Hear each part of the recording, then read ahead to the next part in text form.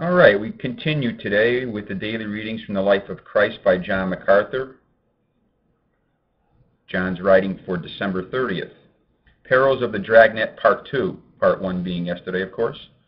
And will throw them into the furnace of fire. In that place there will be weeping and gnashing of teeth. Matthew 13, verse 50.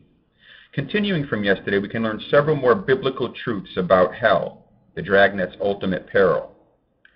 For example, the lost will suffer hell's torments in varying degrees. Those who willfully reject Jesus Christ and blatantly scorn his sacrifice will receive far greater punishment than people who had only the light of the Old Testament. The author of Hebrews writes, "Anyone who has set aside the law of Moses dies without mercy on the testimony of 2 or 3 witnesses.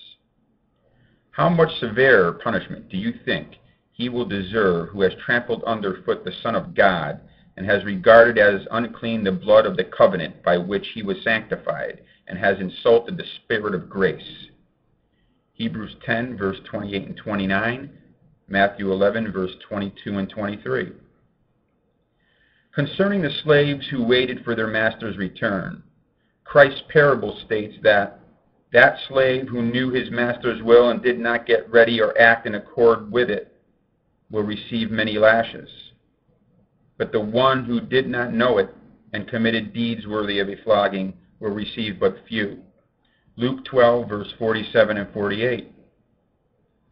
Finally, nothing will be as horrible about hell's torment as its endlessness. The Lord uses eternal to describe both heaven's and hell's duration. These will go away into eternal punishment, but the righteous into eternal life. Matthew 25, verse 46. Sadly, people who experience hell will realize a complete absence of hope for all eternity. But rejoice if you are a believer. You have a hope of heaven that will be validated for all eternity. Ask yourself, the sensitive person asks, how can a loving God doom a person to hell? What is your answer to this common question and complaint?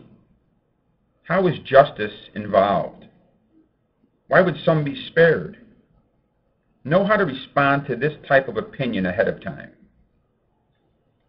And that's it from the Daily Readings of Christ by John MacArthur for December 30th.